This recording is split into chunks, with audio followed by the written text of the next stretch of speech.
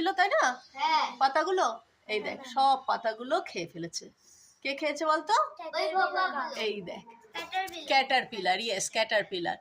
এই দেখ দেখতে পেয়েছিস? এই দেখ মাথায় বসে আছে, দেখতে পেয়েছিস? হ্যাঁ এই এই দেখ এই দেখ এই দেখ দেখতে পেয়েছিস? এই দেখ নিচেটাতেও একটা আছে, সব পাতাগুলো খেয়েছে। আর খাওয়ার পরে এই দেখ এইখানে একটা গুটি বানিয়েছে, দেখতে পেয়েছিস?